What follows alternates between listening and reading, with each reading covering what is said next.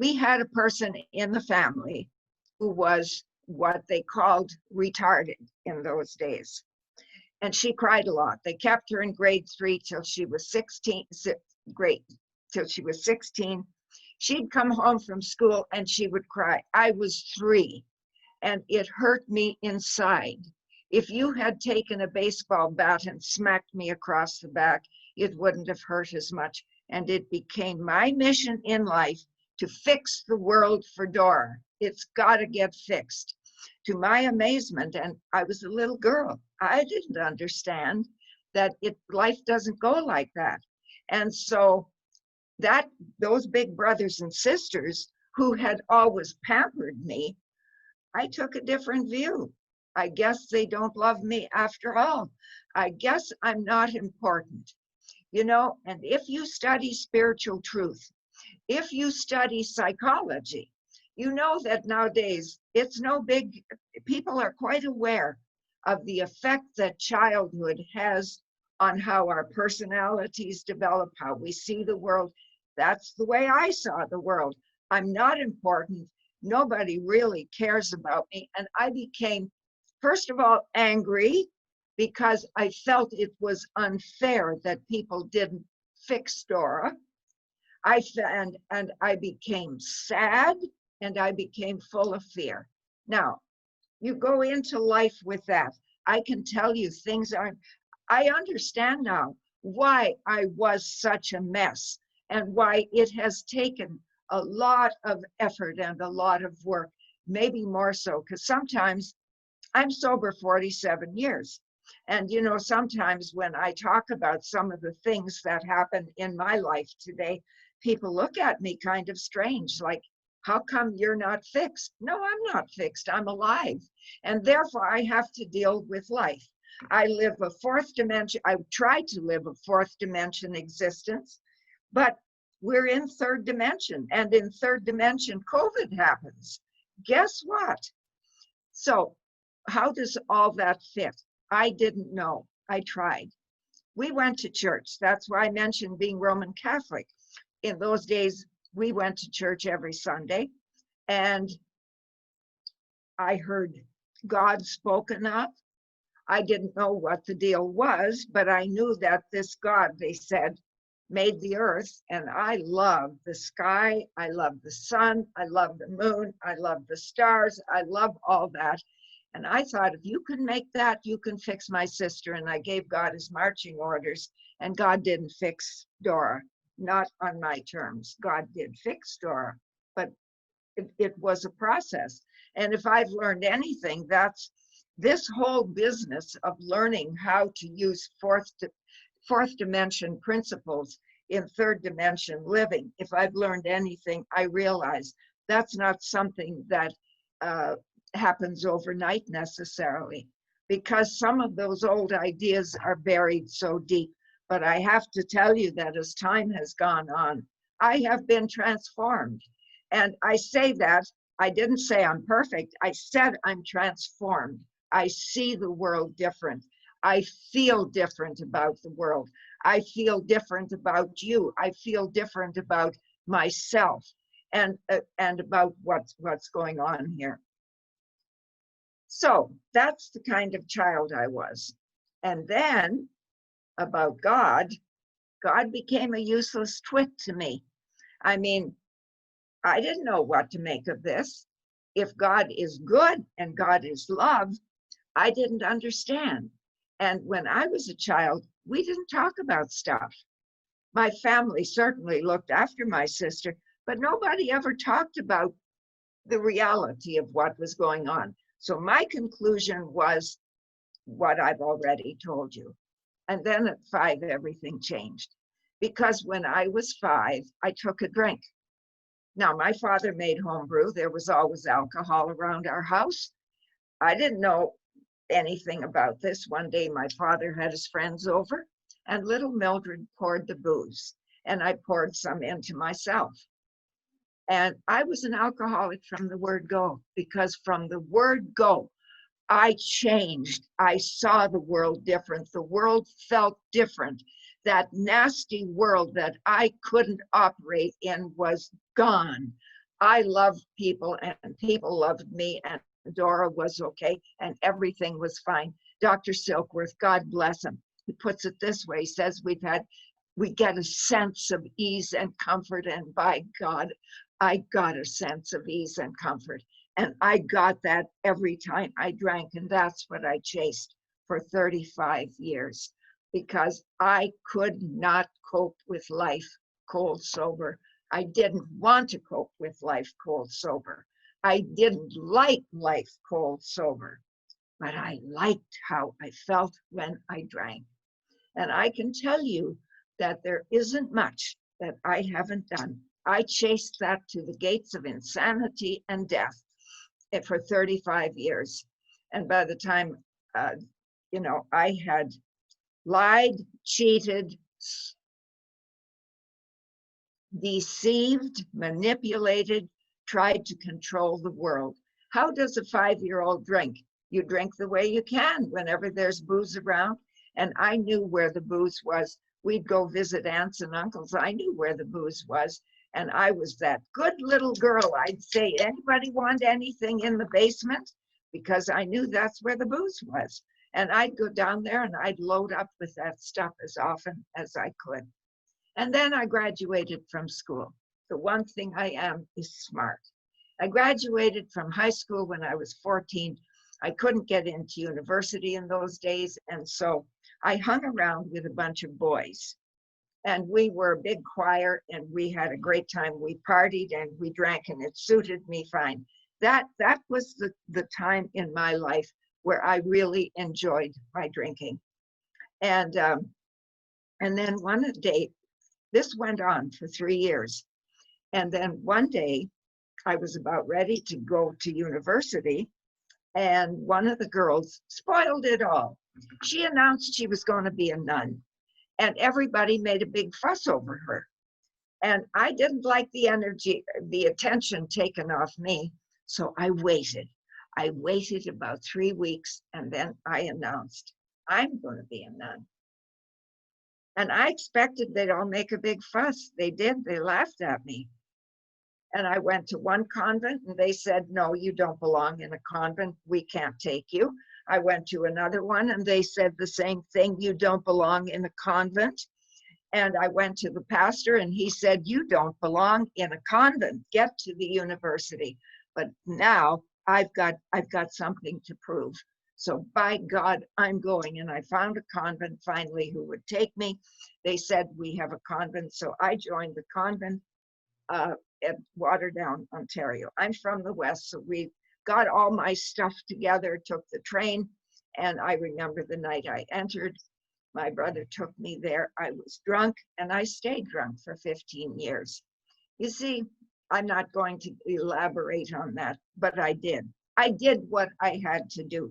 My argument, if you had stopped me, or if God had appeared to me in person and said, what's going on with you? I would have said, I have to do this because I can't handle life cold sober.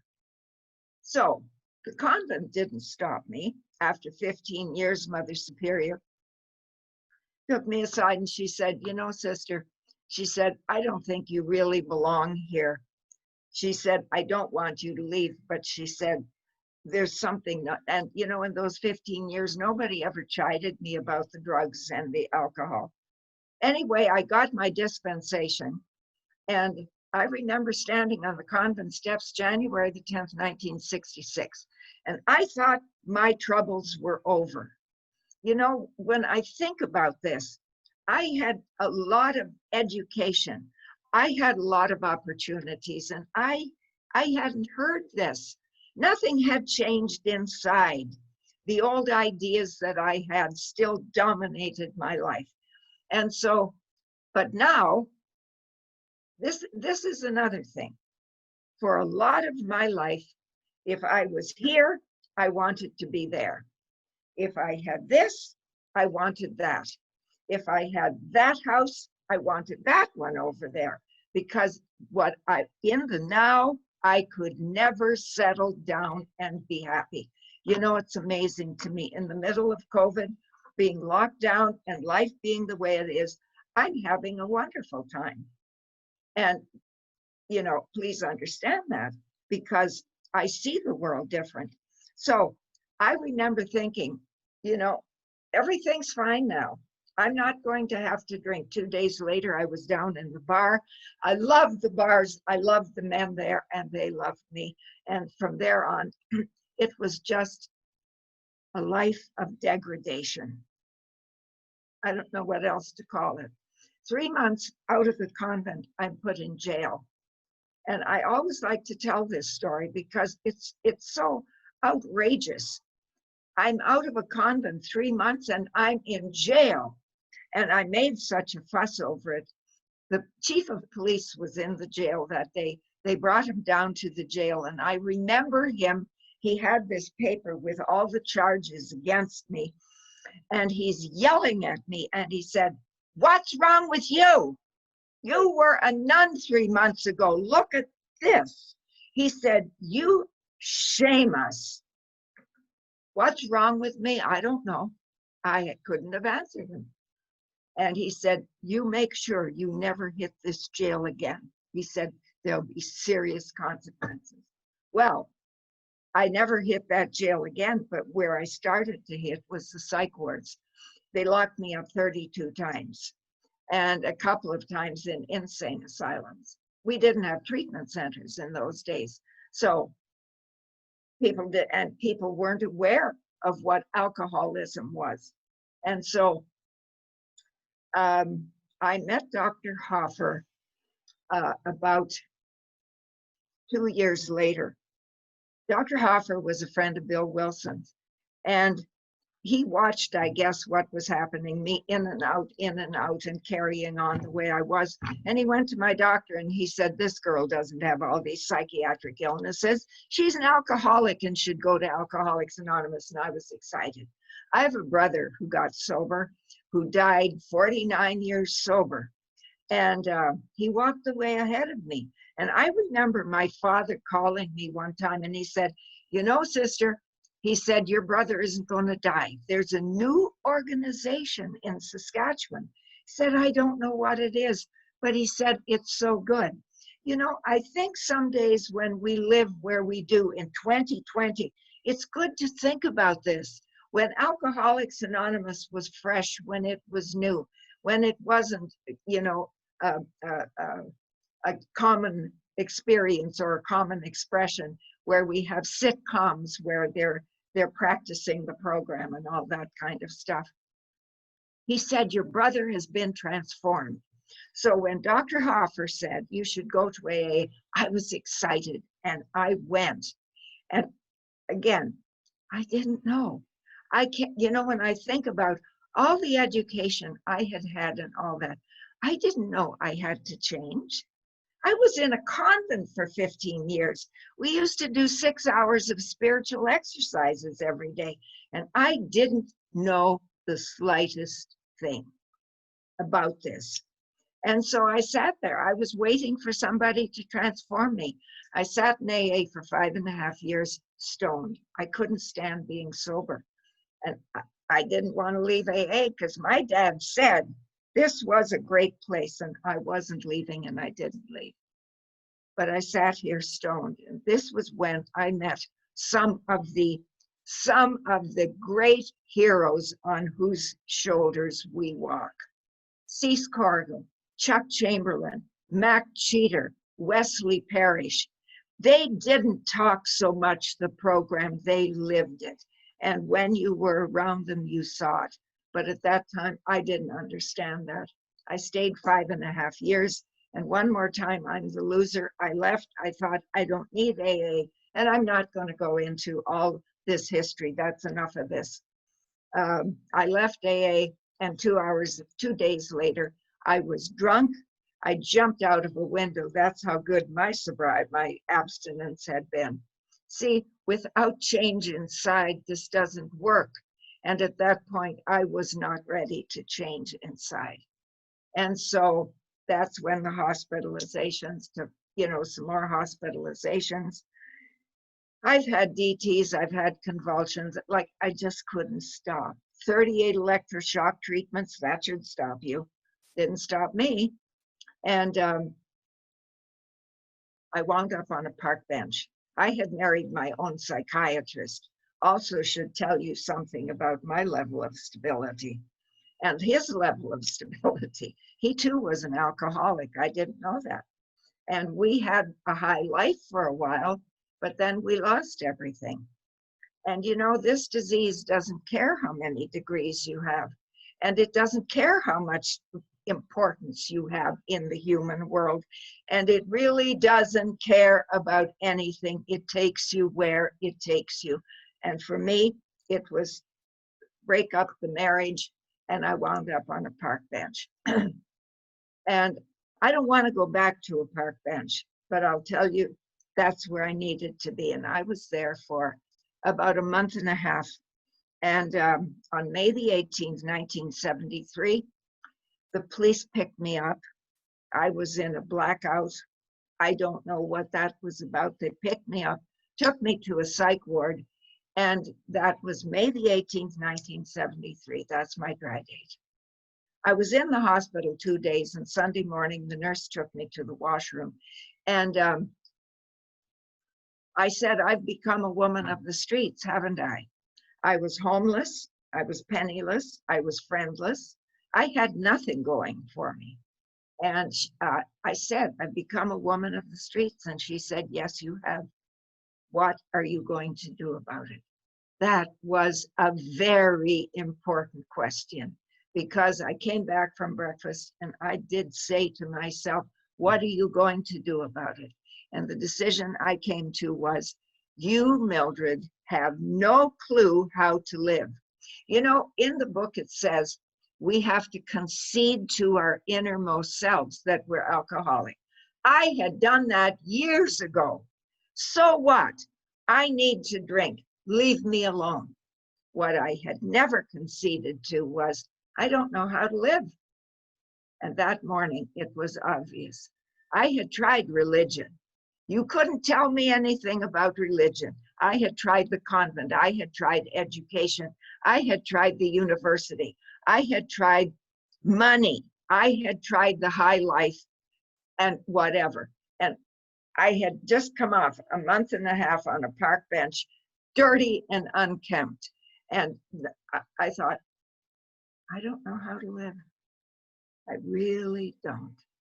Everybody else does. I don't. I'm out of here. And I made a decision. I'm going to take my life. And, you know, where does God fit into this? As far as I was concerned, God's a useless twit. And I don't care. What's on the other side can't be worse than this. So the nurse went to get, I didn't tell her what I was going to do, but she went to get my coat, and the unbelievable happened. I never, ever speak without telling this, because it's the most significant thing that has happened in my life. Not just because it was the end of drinking, but because of what I learned. What I learned about that power. That's a good power. It's a power of love. And when we let it in, it doesn't care what kind of words we use. If you had told me that morning to pray, I would have told you where to go in not very flattering terms, because I didn't want anything to do with this God. I just wanted out of life. And yet, in a heartbeat, the compulsion was taken, the obsession was taken. 1 minute, I'm standing there waiting for my coat so I can go and commit suicide. And the next minute, I'm standing there. And I knew I was clean inside. I can't tell you how I knew. I didn't see anything. I didn't hear anything, but I was changed in a heartbeat.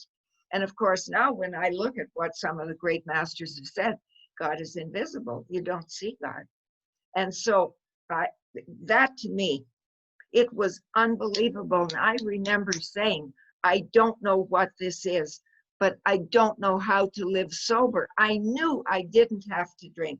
And you know, the amazing thing is, the last 47 years have been unbelievably difficult at times, but I've never had the compulsion and obsession. It was as if God said, okay, kid, You didn't come here to fill your gut with booze.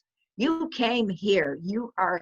I live in you. I want to do things through you. St. Francis knew that. He said, let me be an instrument so that I can bring love where there's hatred and so on.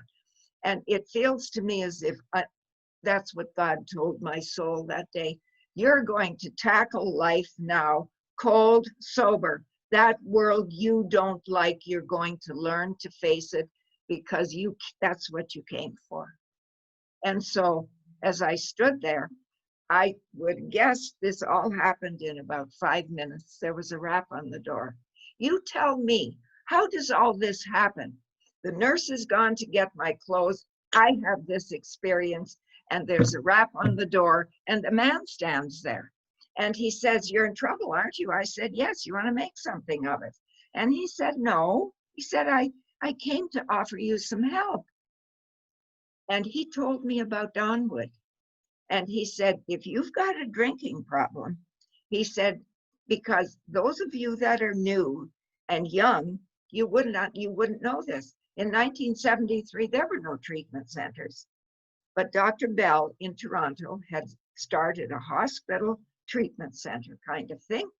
And this man knew about that. He wasn't an alcoholic, but he said, I know about this. He said, if you will go tomorrow, I will take you. And he did. And they took me. And this fabulous 47-year-old journey began through this process. See, is the first 40 years of my life wasted? I don't think so. I needed those first 40 years so that my relationship with God is built on the disaster I created, and hopefully I'll explain that. I went to they said, no, you won't have to pay, we'll take you. And after 28 days, I was discharged. I had no home. I had no money. I had no friends. They gave me enough money to find a room. I didn't know what Skid Row was like. I found out. I lived on Skid Row for a year. One of the things I have learned is this: that power of good has never left me without what it is that I need. I had no friends at that time. I had really nothing. I was totally alone. It was a great year, but I'll tell you something. I had an angel in my life. His name was Dr. Maharaj. He was the chief psychiatrist at Donwood. And he said to me, Mildred, he said, I want you to come and see me once a week. I don't remember what we talked about except one thing. Every time I went, I felt comfort and I felt encouraged. And he would say, Mildred, don't drink, don't drug. And he'd say, you'll be okay. And he was right. I didn't drink, I didn't drug.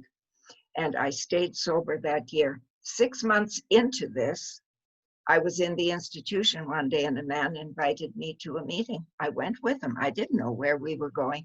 And it was to a meeting of AA. And I fell in love with AA properly. I fell in love.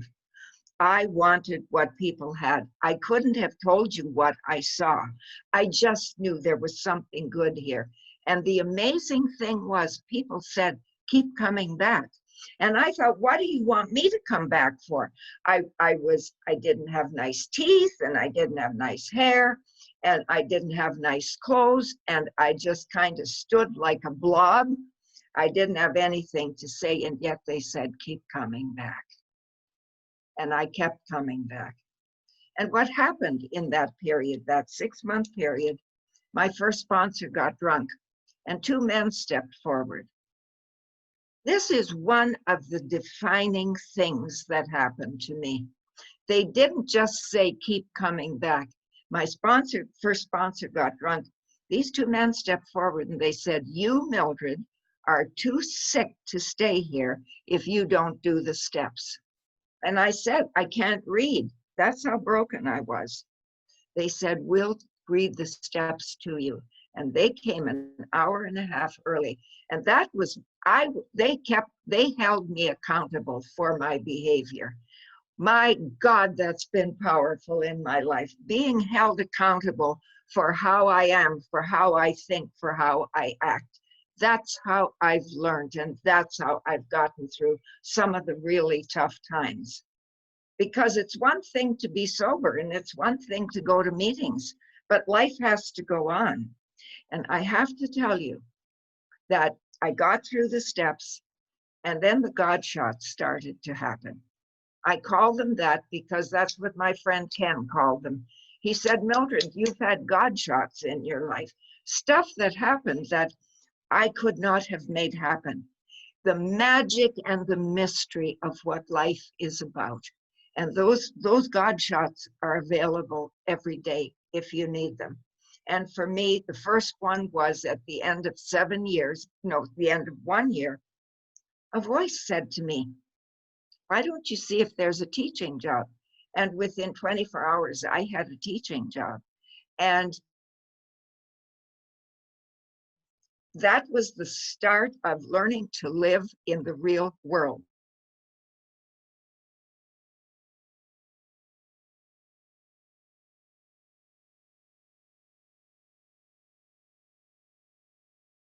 Principles that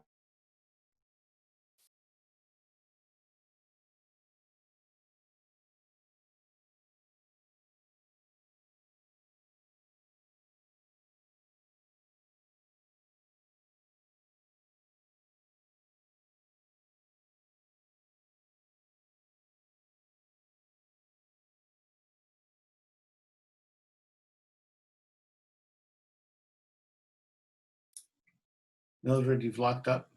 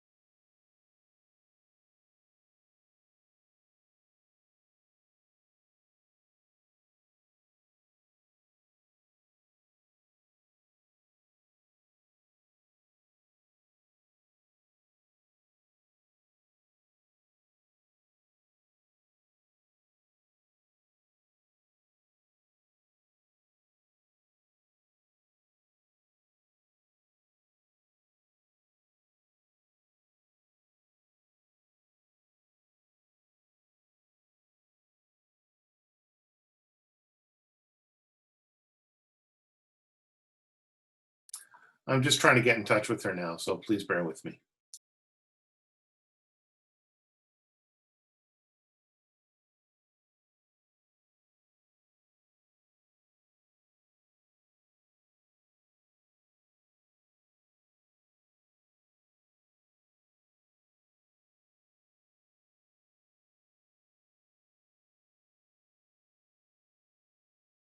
I don't know what happened, but anyway, here I am. And I was talking about God shots. At 7 years of sobriety, a God shot, I had a powerful sponsor. I wanted to say that because what he did for me, he was my sponsor for 42 years. He died 3 years ago. And, you know, he taught me how to take the principles.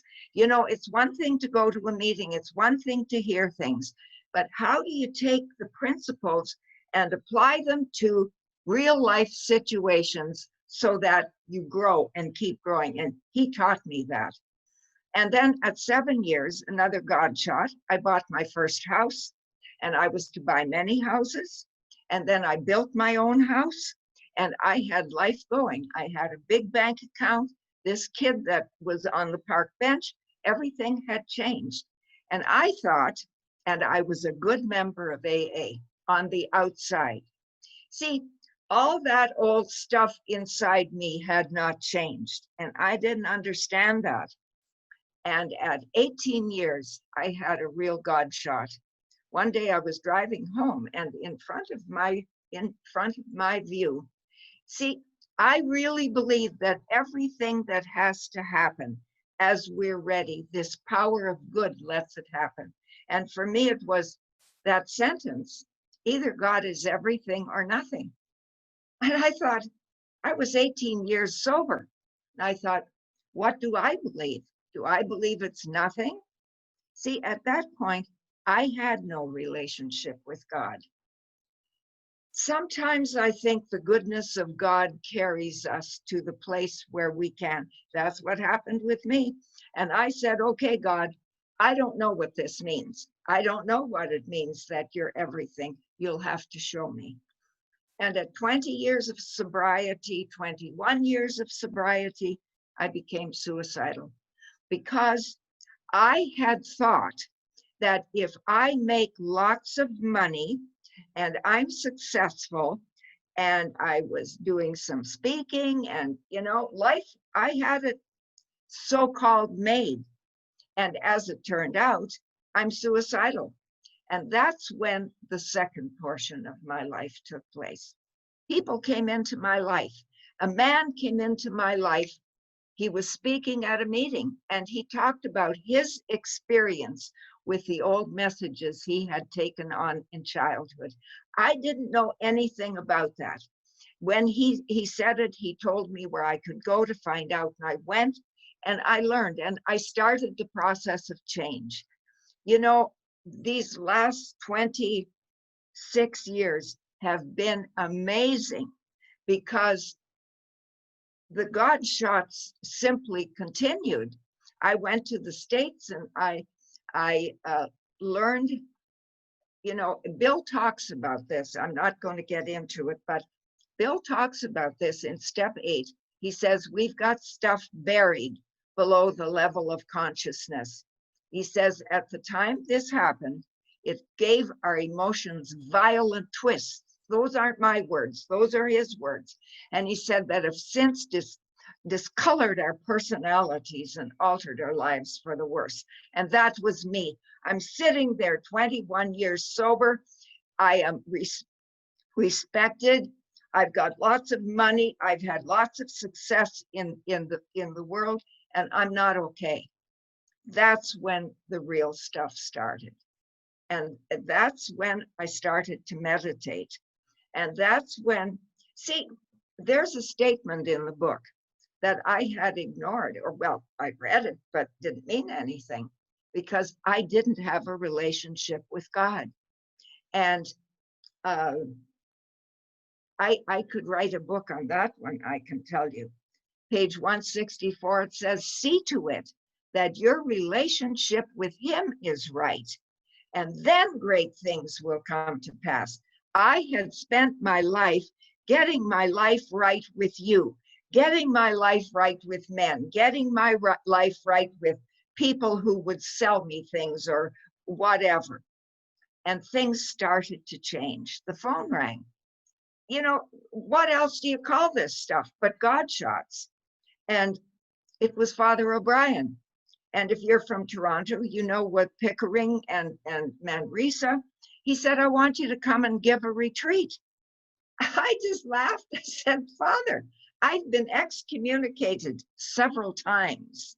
You don't want me there. He said, yes, I do. He said, this is about a 12-step retreat. And he convinced me to come. And it took my life in another direction because I left my teaching job and I started giving retreats and working with people. And it's been an absolutely wonderful experience. I'll tell you why. Because if you do that, I'm a decent human being. For all my craziness, I'm a decent human being. And I knew that if I'm going to stand there and talk about the things we talk about at a retreat, if I'm going to help people through the steps and all that, I better not be a shadow of what's happening. I better have a relationship with God. And of course, I know that's all I ever wanted.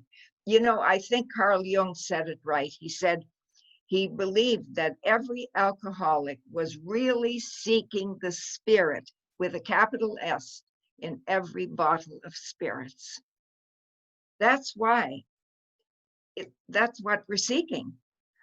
And I really see, as I look back at my life, that's what I was seeking. Because the human world, it was never enough. It was never good enough. I was always afraid. I always need more. And you know, it's an amazing thing. Lockdown, I live alone, whatever else. And I'm really as peaceful and as happy as I've ever been. What is that about? That has to be what we are offered. That's what probably you know better than I do. This is the journey that this took me on to get to this place.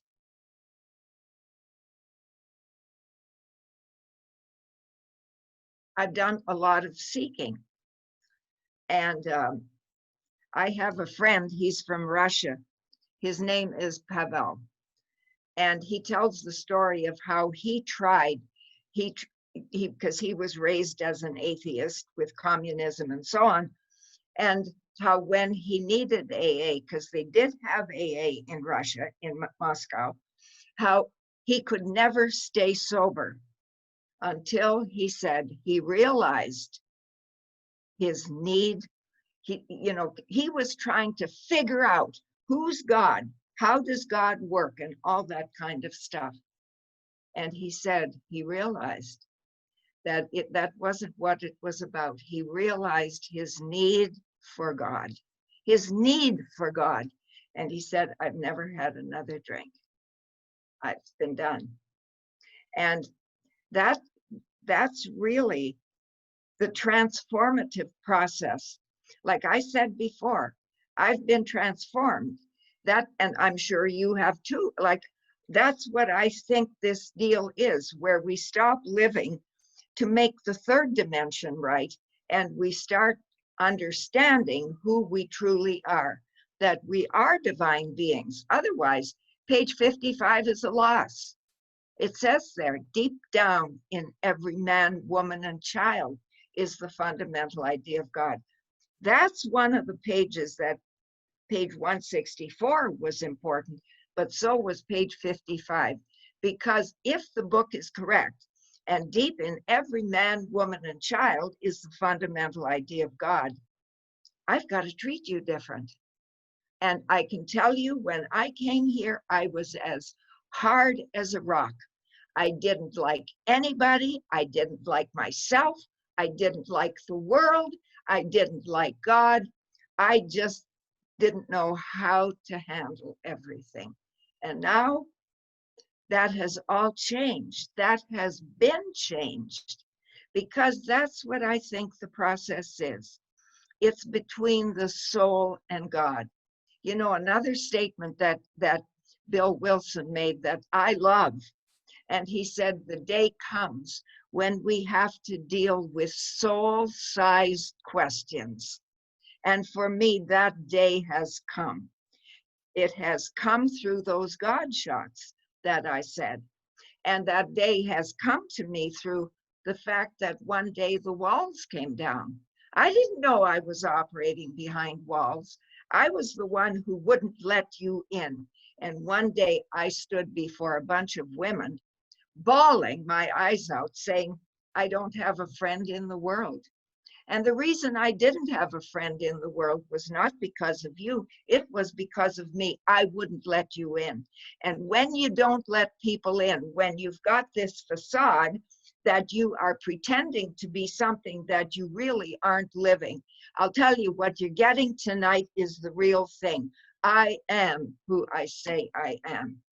I'm that growing being, somebody growing in that God consciousness. And that has been part of the walls coming down. And I didn't take those walls down. I believe that power took them down. I believe that power gives us, that power is with us. And that's really what the program is about.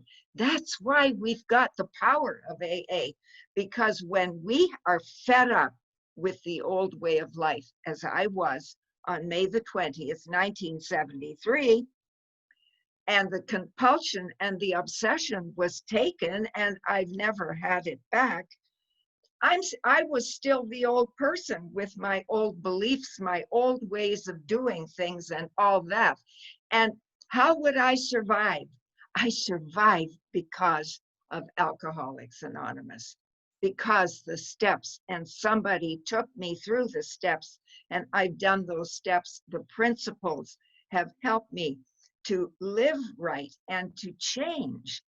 You know, this morning I thought, as I was doing some work at home, I thought, you know, that's really what spirituality is about. For me, it's not about just about reading books and meditating and that. How do I take that into my life?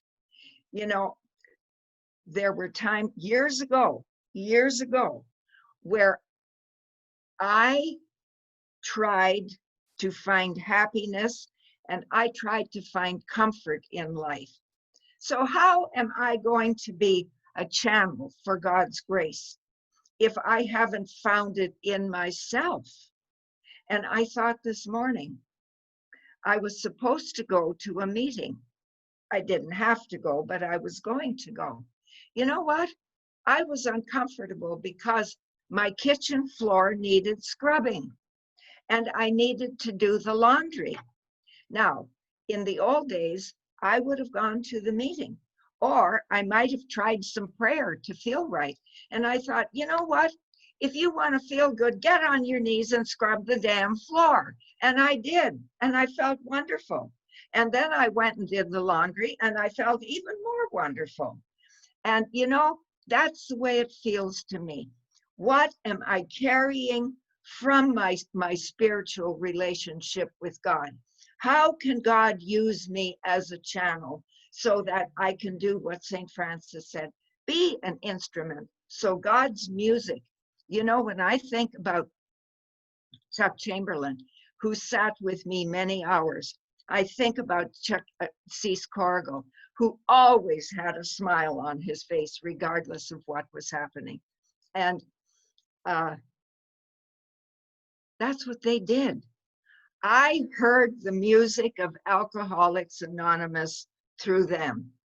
And, you know, by the time I really got sober, and this process of change started, I can look back now, you know, I'm 87 years old, a good looking 87, wouldn't you say?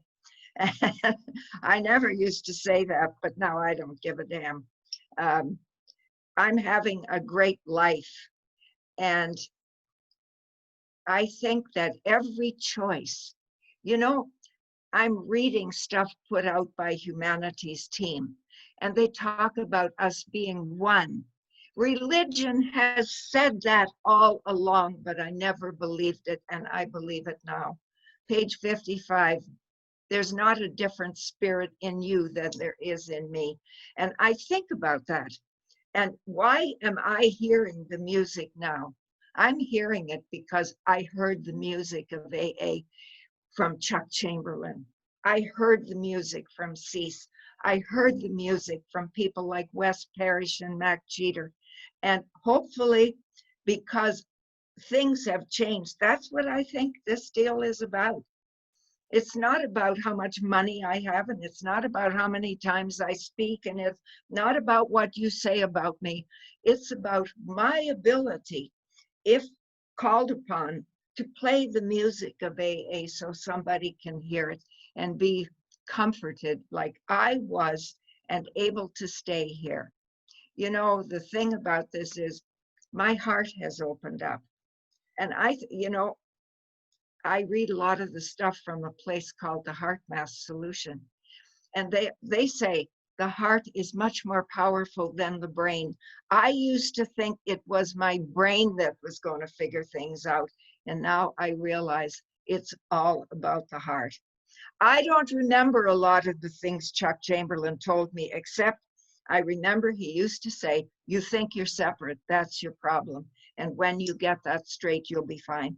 Well, so, you know, it gives me great courage when I think about how much I have been changed and how much you have been changed and how much the people I know have been changed.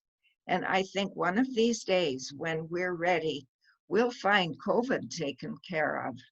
But I won't mention more than that, except to say, I pray that you all be safe, that all for you, it may come to you that if you have the right relationship with God, you too may see these great and wonderful things take place for you as they have for me. God bless. Thank you. Mildred, thank you so much. I loved your talk. I love all your talks. And, you know, you really touched me when you talked about the retreat that you did for Father O'Brien, because I was there at your first retreat with Father O'Brien, and I'll never forget it. She was the first female to do a retreat, an all-male retreat at Manresa. And I was scared out of my wits. You know, you didn't look it at all. You handled yourself with composure as you did tonight. And on behalf of everybody, I want to say thank you very much. I love the God shots. I've had a lot of those myself. And, you know, I'm so happy you agreed to share with us tonight. So what I'm going to do now is I'm going to open the chat in a couple of seconds, but I wanted to ask somebody, Rob M., if he could please share the vision for you. So Rob, I'm going to unmute you or ask you to unmute. So if you could do that, that would be great. Thanks, Rob. Alcoholic, member of Port Whitby. My name is Rob. Hi, Rob. A vision for you. Big book, page 164. Our book is meant to be suggestive only. We realize we know only a little. God will constantly disclose more to you and to us. Ask him in your morning meditation what you can do each day for the man who is still sick. The answers will come if your own house is in order. But obviously you cannot transmit something you haven't got. See to it. Sorry.